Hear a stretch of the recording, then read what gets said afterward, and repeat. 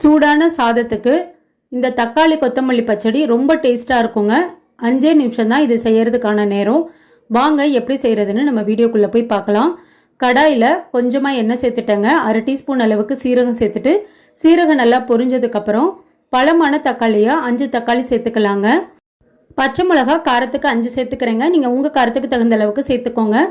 இப்போ தக்காளி ஒரு 2 நிமிஷம் வதக்கி விட்டுக்கலாம். 1/2 துண்டு அளவுக்கு இஞ்சி சேர்த்துக்கலாங்க. சின்ன லெமன் சைஸ் அளவுக்கு புளி சேர்த்துட்டு தக்காளி நல்லா குழைவாக வந்துடணும். இந்த அளவுக்கு இப்போ 2 கைப்பிடி அளவுக்கு கொத்தமல்லி தழை சேர்த்துட்டு கொத்தமல்லி தலையை இந்த அளவுக்கு நல்லா வதங்கினதுக்கப்புறம் சின்ன ஜாரில் கொஞ்சமாக நிலக்கடலை சேர்த்துக்கிறேங்க. தண்ணி எதுவும் சேர்க்காம கொரன்னு அரைச்சி எடுத்து வச்சுக்கலாம்.